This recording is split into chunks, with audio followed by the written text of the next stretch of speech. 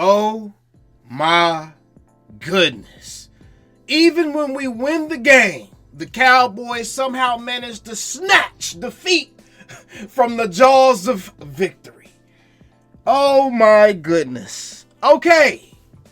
We have no defensive line, like at all. Luckily, Mozzie Smith had his best game of his career, because we're going to need a lot more suplexes and power bombs, Mozzie. Oh, we in trouble, y'all. We in trouble. Well, Jerry, do we still like our guys? Or are you finally going to get up off your old crusty, dusty ass, get on the phone, and make some trades happen, Jerry? Oh my gosh. Cowboys defensive end Demarcus Lawrence is expected to miss multiple weeks because of the foot injury he suffered Thursday night, per sources. With Micah Parsons dealing with a high ankle sprain, Dallas now likely will be without two of its top defenders until after the Week 7 bye. Now, I don't know if you guys know this, but the two games that we have to play prior to our Week 7 bye just happens to be against the Pittsburgh Steelers first, whom are currently undefeated, and we already know Pittsburgh defense is always going to Pittsburgh defense. On top of that, they now have a mobile quarterback, which has always been traditionally a thorn in the side of the Cowboys defense, no matter who's there. And now we're going to be running out there with backups, third stringers, and probably practice squad guys. So, oh boy, this is going to be an interesting next week or two, right? Because the following week, we have the Detroit Lions. Now, I will say this. I am still not a firm believer in the Detroit Lions. They're going to have to show me again. They're going to show it to me again. I'm not about to just give it a benefit of the doubt and act like they're some type of juggernaut in the NFL. They got to show me, especially with how they started off this season so far. But, make no bones about it. We are in a pickle, ladies and gentlemen. If you take a look here, we are essentially one deep at every position now. We don't have backups available anywhere. And Mike Zimmer's probably going to have to get a little creative in this next game, especially if Jerry don't do something, Jerry! Especially if Jerry don't do something. Mike Zimmer's probably going to have to use guys like a Marquise Bell or a Wanye Thomas and run some more of those safeties out there so they can help out in the box.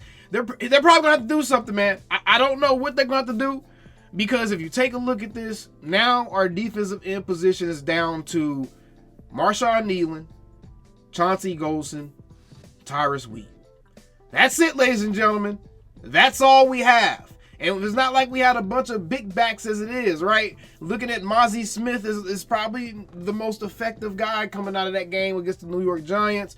Osa Odighizuwa is also there. We've got to hope that he steps up a lot. But it's going to be the Chauncey Golston and Marshawn Nealon show. Now, we did see the Rook get himself a sack last night against Daniel Jones. I'm not sure if they registered as a sack or not, but we did see the Rook get back there, and he got active a little bit, but he's going to have to really show up against the Pittsburgh Steelers, and we didn't get any pressure on Daniel Jones, like all night last night, essentially. He was back there just patting the ball, just pat, and there was no pressure.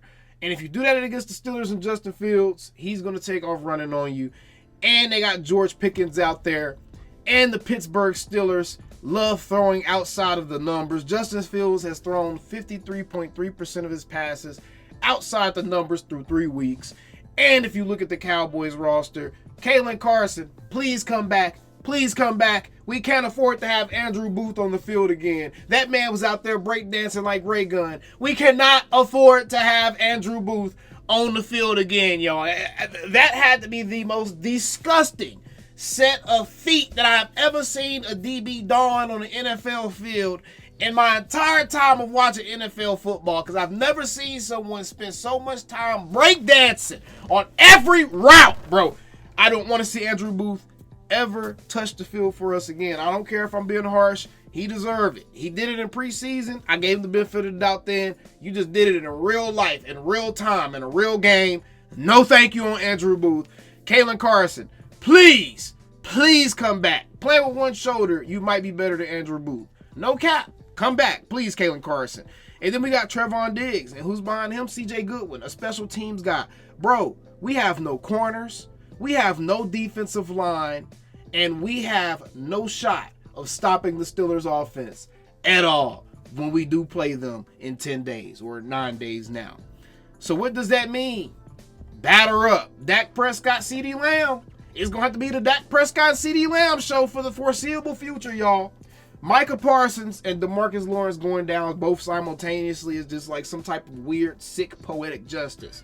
Both of the two leading forces of the defense have been clashing. They both have to take a seat. And now this defense has to find its way without its two leaders. Scary hours, y'all. Scary hours. This is not what you want to see. Now, as it pertains to what the Cowboys can possibly do, remember, we do have Carl Lawson. They're going to have to call somebody up from the practice squad, so expect to see some practice squad call-ups. But outside of that, I mean, this is really the list that you're looking at if you're looking for replacement defensive ends that the Cowboys could go out and just sign. This is the list that you're looking at. I mean, who are you looking at on this list that just look like that's just what you want on your team at this point in their career? Randy Gregory. He pretty much gave the entire Cowboys nation a middle finger on his way out the door last time when he went to the Broncos. So, I mean, Randy Gregory may be the best option left on that list. And that is also a sad type of sick poetic justice being played out at the expense of the Dallas Cowboys. Bruh, we're 2-2. We still have an all-pro quarterback. Rain Dakota is still here dropping dimes, still doing his thing. Jake Ferguson is balling. CD is balling. We need the rookies to really show up because they're going to be tested against the Pittsburgh Steelers. And my goodness, we cannot afford 3 and outs. We can't afford all the penalties. The Cowboys are going to have to play fundamentally sound football and be disciplined against the Steelers. They're going to play an ugly, slow, muck it up type of game, and we're going to have to do something similar to what we saw the Giants do against us on Thursday night. The Cowboys are going to have to slow the game down. They're going to have to run that ball. This is the game you have to really try to establish the run because you're going to have to shorten the game. You don't want your defense to be exposed too much. This is going to be a game more important than ever against the Steelers. They're going to have to establish the run. It's going to have to happen. If they don't establish the run and they don't shorten the game, it's going to get ugly. It's going to get ugly. And I'm going to be honest, y'all. This season is getting more and more and more disgusting.